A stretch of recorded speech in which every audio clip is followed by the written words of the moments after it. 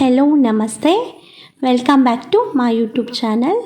ಇವತ್ತಿನ recipe mutton sambar ಮಾಡ್ತಾಯಿದ್ದೀನಿ. ಹಾಗೆಯೇ ಯಾರೆಲ್ಲ ಈ ವಿಡಿಯೋ ನೋಡ್ತಾ ಇದ್ದೀರೋ ನಮ್ಮ ಚಾನಲ್ನ ಸಬ್ಸ್ಕ್ರೈಬ್ ಮಾಡಿ, ಲೈಕ್ ಮಾಡಿ. ಹೇಗೆ ಮಾಡೋದು ಅಂತ ನೋಡ್ಕೊಳ್ಳೋಣ ಬನ್ನಿ. ನಾನಿಲ್ಲಿ ಮಟನ್ನ 1 kg ತೊಗೊಂಡಿದ್ದೀನಿ, ವಾಶ್ ಮಾಡಿ ಎತ್ತಿಟ್ಕೊಂಡಿದ್ದೀನಿ. ಹಾಗೆಯೇ ರುಬ್ಬೋದಕ್ಕೆ ತೆಂಗಿನಕಾಯಿ ಮತ್ತು 1 ಈರುಳ್ಳಿ ಮತ್ತು 1 ಟೊಮೊಟೊ, ಶುಂಠಿ ಬೆಳ್ಳುಳ್ಳಿ, ಕೊತ್ತಂಬರಿ, ಪುದೀನ, ಹಾಗೆಯೇ ಚಕ್ಕೆ, ಲವಂಗ, ಗಸಗಸೆ, ಕಡಲೆ ಹಾಕ್ಕೊತಾ ಇದ್ದೀನಿ.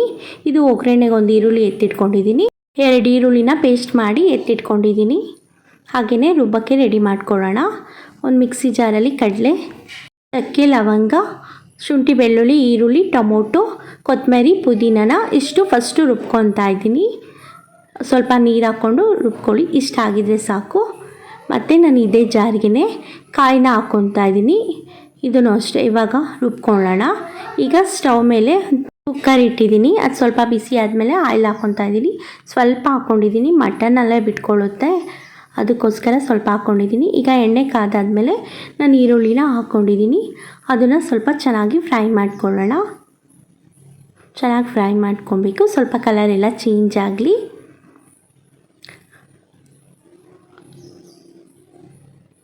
ಹಾಗೆಯೇ ನಾನು ಪಕ್ಕದಲ್ಲಿ ಒಂದು ಪಾತ್ರೆಯಲ್ಲಿ ಸಾಂಬಾರಿಗೆ ಎಷ್ಟು ಬೇಕೋ ಅಷ್ಟು ನೀರು ಇಟ್ಟಿದ್ದೀನಿ. ಅದನ್ನು ಸ್ವಲ್ಪ ಬಿಸಿ ಮಾಡ್ಕೊಳ್ಳೋಣ, ಕುದಿಸ್ಕೊಬೇಕು. ನಾನು ಕುಕ್ಕರಲ್ಲಿ ಮಾಡ್ತಾಯಿದ್ರು ಕೂಗಿಸ್ಕೊತಾ ಇಲ್ಲ, ಹಾಗೆ ಡೈರೆಕ್ಟಾಗಿ ಮಾಡ್ತಾಯಿದ್ದೀನಿ. ಈಗ ಈರುಳ್ಳಿ ಎಲ್ಲ ಚೆನ್ನಾಗಿ ಫ್ರೈ ಆಗಿದೆ. ನಾನೀಗ ಇದಕ್ಕೆ ಮಟನ್ ಹಾಕ್ಕೊತಾ ಇದ್ದೀನಿ. ಅದನ್ನು ಅಷ್ಟೇ ಚೆನ್ನಾಗಿ ಫ್ರೈ ಮಾಡ್ಕೊಳ್ಳೋಣ. ಹಾಗೆಯೇ ನಾನು ಇದಕ್ಕೆ ಸ್ವಲ್ಪ ಅರಿಶಿನ ಹಾಕ್ಕೊತಾ ಇದ್ದೀನಿ.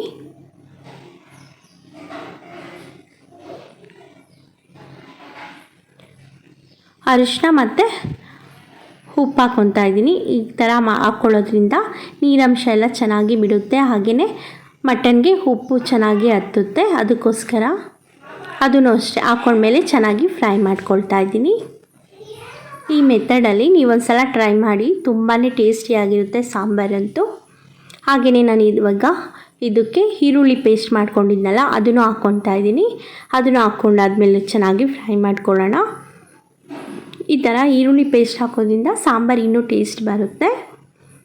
ನೋಡಿ, ಇಷ್ಟ ಆಗಿದೆ. ನಾನೀಗ ಪ್ಲೇಟ್ ಮುಚ್ಚಿ ಬೇಯಿಸ್ಕೊತೀನಿ. ಪ್ಲೇಟ್ ಮುಚ್ತಾ ಇದ್ದೀನಿ. ಹಾಗೆಯೇ ಮಧ್ಯ ಒಂದೊಂದ್ಸಲ ತಿರುಗಿಸ್ಕೊತಾ ಇರ್ತೀನಿ. ನೋಡಿ, ನೀರೆಲ್ಲ ಚೆನ್ನಾಗಿ ಬಿಟ್ಕೊಂಡಿದ್ದೆ. ಅದು ಸ್ವಲ್ಪ ನೀರೆಲ್ಲ ಹಿಂಗಬೇಕು. ಅದನ್ನೇ ಮತ್ತೆ ಒಂದು ಸ್ವಲ್ಪ ಫ್ರೈ ಮಾಡಿಬಿಟ್ಟು ಮತ್ತೆ ನಾನು ಪ್ಲೇಟ್ ಮುಚ್ಚಿ 1-2 ನಿಮಿಷ ಬಿಡ್ತೀನಿ. ಆಗ ನೀರೆಲ್ಲ ಹಿಂಡ್ಕೊಂಡಿರುತ್ತೆ. ನೋಡಿ, ಈಗ ನೀರು ಹಿಂಡ್ಕೊಂಡಿರೋದು ಕಡಿಮೆ ಆಗಿದೆ. ನಾನು ಇವಾಗ ಇದಕ್ಕೆ ಸಾಂಬಾರು ಪೌಡರ್ ಹಾಕ್ತಾಯಿದ್ದೀನಿ, ಖಾರದ ಪೌಡರ್ ಮತ್ತು ಧನಿಯಾ ಪೌಡರ್. ಈ ಪೌಡರ್ ಮನೇಲೇ ಮಾಡ್ಕೊಂಡಿರೋ ಅಂಥದ್ದು. ಇದು ನಾನ್ ವೆಜ್ಗೆ ಯೂಸ್ ಮಾಡೋ ಅಂಥದ್ದು. ಚಿಕನ್ಗಾಗಲಿ ಮಟನ್ಗಾಗಲಿ ಸಪ್ರೇಟ್ ಮಾಡಿ ಎತ್ತಿಟ್ಕೊಂಡಿರ್ತೀವಿ ನಾವು.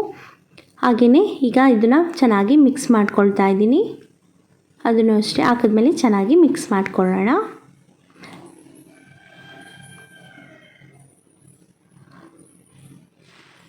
ಈ ಥರ ಮಾಡೋದ್ರಿಂದ ತುಂಬಾ ಟೇಸ್ಟಿಯಾಗಿರುತ್ತೆ ಸಾಂಬಾರು.